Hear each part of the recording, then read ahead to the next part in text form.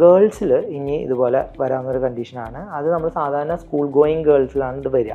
Because ഒരു 5 to 6 years ഒക്കെ ആയി കഴിയുമ്പോഴേക്കും പിന്നെ അവർക്ക് പ്രൈവസി ഇഷ്യൂസും ബാത്റൂമിലുള്ള ഹൈജീനും കാര്യങ്ങളൊക്കെ very important. They will start postponing urination. അതായത് എനിക്ക് എൻ്റെ വോളണ്ടറി കൺട്രോൾ ഉപയോഗിച്ച് യൂറിനെ പോസ്റ്റ്പോൺ ചെയ്യാവുന്ന ഒരു ഗേൾ കുട്ടി പഠിച്ചു കഴിഞ്ഞാൽ that is the start of A vicious cycle.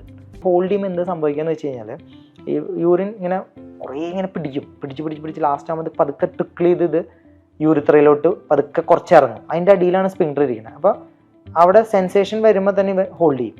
അപ്പോൾ അവിടെയുള്ള ബാക്ടീരിയനെ ഒന്ന് വാഷ് ചെയ്തിട്ട് ഇത് തിരിച്ച് ബ്ലാഡറിലോട്ട് പമ്പ് ചെയ്യും. ഇതൊരു മൾട്ടിപ്പിൾ ടൈംസ് വരുമ്പോഴേക്കും ഈ ബ്ലാഡറിൻ്റെ ഉള്ളിൽ ഓൾറെഡി കളക്റ്റഡ് യൂറിനാണ്, അതിലേക്ക് ഈ ബാക്ടീരിയ വരും. അങ്ങനെ അത് ബാക്ടീരിയ അവിടെ ഇരുന്നിട്ട് നമ്മുടെ ബ്ലാഡറിനെ ഇൻഫെക്റ്റഡ് ആകും. അപ്പോഴാണ് ഈ ക്രോണിക് സിസ്റ്റൈറ്റിസ്, കുട്ടികൾക്ക് അടിവയറ്റിൽ വേദന, പുകച്ചിൽ, ബേണിങ് സെൻസേഷൻ ഇങ്ങനെ പറഞ്ഞുകൊണ്ടിരിക്കും. ഇത് ട്രീറ്റ് ചെയ്താലും മാറില്ല. ബിക്കോസ് അവരുടെ ഹാബിറ്റ് മാറ്റുന്നില്ല.